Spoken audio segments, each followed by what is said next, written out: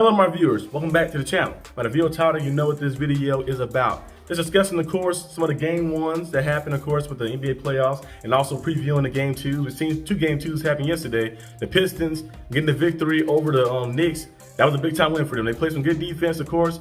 Went out there, handled business, helped the Knicks under 100 points. It was very good in the Garden, so they stole one. Like I mentioned all the time, you got to steal at least one.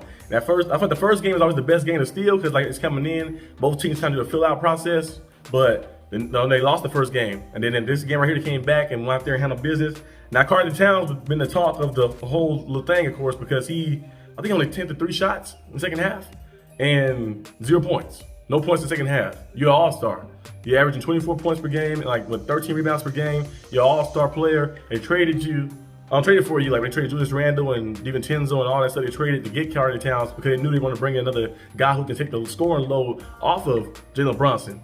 But Cat didn't go out there and do anything. He went out there and played all right in the first half. Pretty good. Then the second half, he kind of just disappeared a little bit, kind of started coasting a little bit. And Jalen Brunson cannot do everything by himself. So we have to see if Cat can finally adjust and be aggressive. You're a star. Be aggressive. Get the ball. Demand the ball. Go out there and play. I know Carter Towns is not a down low player. He don't play on the block. He don't post up like that too often and doing certain things. But you got to go out there and take some shots at himself. You got to go out there and score. So if he don't do that, not gonna win. You know who a guy who did score though yesterday? Kawhi Leonard took 19 shots and made 15 of them. He went out there and played perfect. He was 80% from the field. He was hitting everything from the mid-range, three-point line, playing great defense, doing everything. Like I mentioned many times on this channel, when Kawhi Leonard is healthy, he's one of the best players in the league like that. We've seen the Finals MVP, of course, before at the Spurs. He was like 23 years old, and you seen him he was guarding LeBron. They called him the Kingslayer when you shut down LeBron in the Heat. And in my Heat, he beat us badly. You know, we lost 4-1 in that series. And then, see, the Raptors won. He got traded to the Raptors, won a championship, brought them their first championship, and played phenomenal that whole playoff series. And Kawhi is really, when he's healthy, he plays very good. Like we've seen last season, of course, you know, wasn't healthy as much, but we did see that series when he played against the Suns. He was cooking them. But then remember, he tore his knee. He had the meniscus tear. I think another tear or something like that in his knee. He missed the rest of that playoffs. But now he's back fully healthy. James Harden and everybody kind of getting everything in sync, and he's playing some good basketball. The only thing the Clippers need to do, though, to fix some stuff up is the rebounding. They're getting killed on the boards. Michael Porter Jr. did play better, of course, yesterday.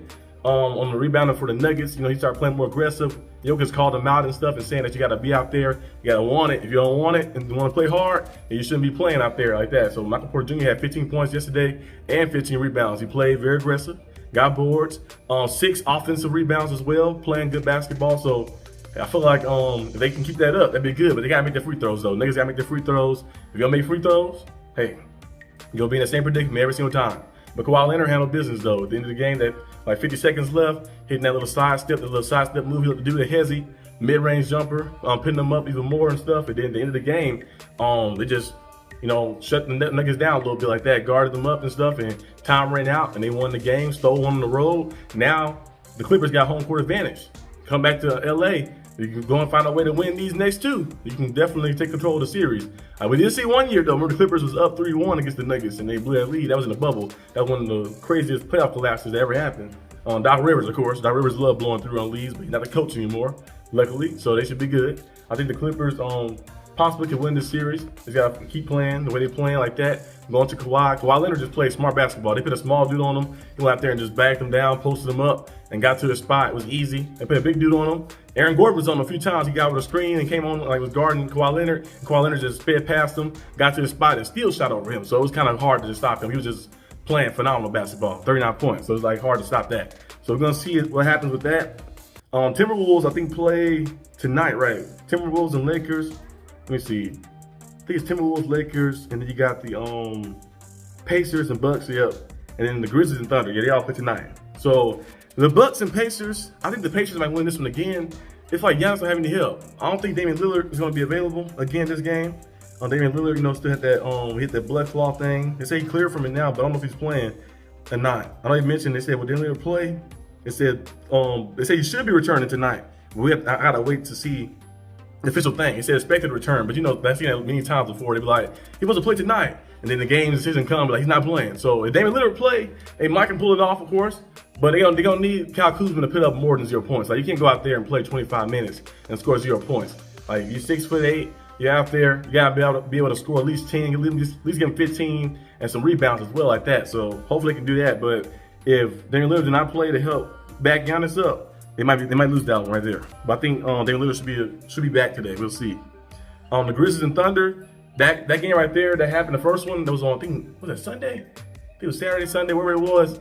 They got beat bad. I remember I turned the game on. I watched it at I think I got it in the second quarter. I looked at the score like, dang, they getting jacked up. It was down by 30-something points, and then they ended up losing by 52 points. So that was very, very terrible, very horrible. I hope the coach did not show them any of the footage. Just say, you know what, that game did not happen. This is our first game. This is game one right here. We're gonna go out there, we're gonna play and try to go out there and make something happen, because you can't lose by 52 points. There's nothing you can teach from that film. You can't pull the film up and say, hey, let's go. Look at you right here. This one play right here when we was down by 30.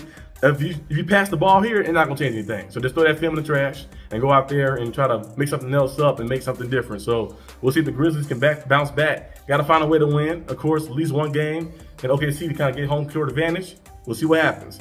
Lakers got to find a way to win too. They lost the first game to Timberwolves. Got to find a way to win and get things done. I think the Lakers should win tonight, but we'll have to see, of course. I think Luka Doncic was playing very good last time. Everybody else was kind of just coasting. It wasn't playing as hard, but it's the first game. So we're going to see if the Lakers can kind of get into it a little bit, being on the home team, and see what goes on with that. I know my Heat play tomorrow. I believe so, yeah. My Heat play tomorrow at, what time we play? We play, why take me all the way back? The Heat play tomorrow at, I'm almost there. Tomorrow at 6:30. Yeah, tomorrow at 6:30. We lost the first game. It was neck and neck, but the fourth quarter, another collapse by the Heat. The Heat went out there and ran out of gas a little bit. You got to be able to get with those screens. Can't leave guys wide open shooting those threes. Get with those screens and play, and we got to be able to get rebounds as well. If we get out rebounded, they playing big man ball. We just see more from Khalil Ware. Khalil Ware's a rookie, I know, but he got to go out there and play more aggressive and stuff. You play more aggressive on the glass with Bam, we can get things done. Bam played pretty good, but we need everybody else to kind of step their game up. Tyler Hero, step your game up and go out there and play too as well. So they do that, they can find a way to win. You got to find a way to win that next game, because you don't want to go down 0-2 at your home and things kind of mess up a little bit. You got to win one on the road. Magic and Celtics, the Magic was doing pretty good at first, but then at the end of the game, the Celtics just kind of kicking things up in the halftime. I think the Magic could possibly find a way to steal one in Boston, but we have to see. They got Warriors and Rockets. The Warriors did defeat the Rockets the first game. Did a good job in that. The Rockets came back a little bit when they was down by 20. Came back, but then they eventually lost by 10, of course, as well. And then after that, we get back to, of course, the game 3, which is on Thursday. So we'll have to see what happens with those games tonight and tomorrow. I'm going to keep you guys updated, of course, and see what goes on. But that's all I have for today's video. Hope you guys enjoyed this video. If you did, like and subscribe for more content. And I'll see you guys next time on the channel. Peace out.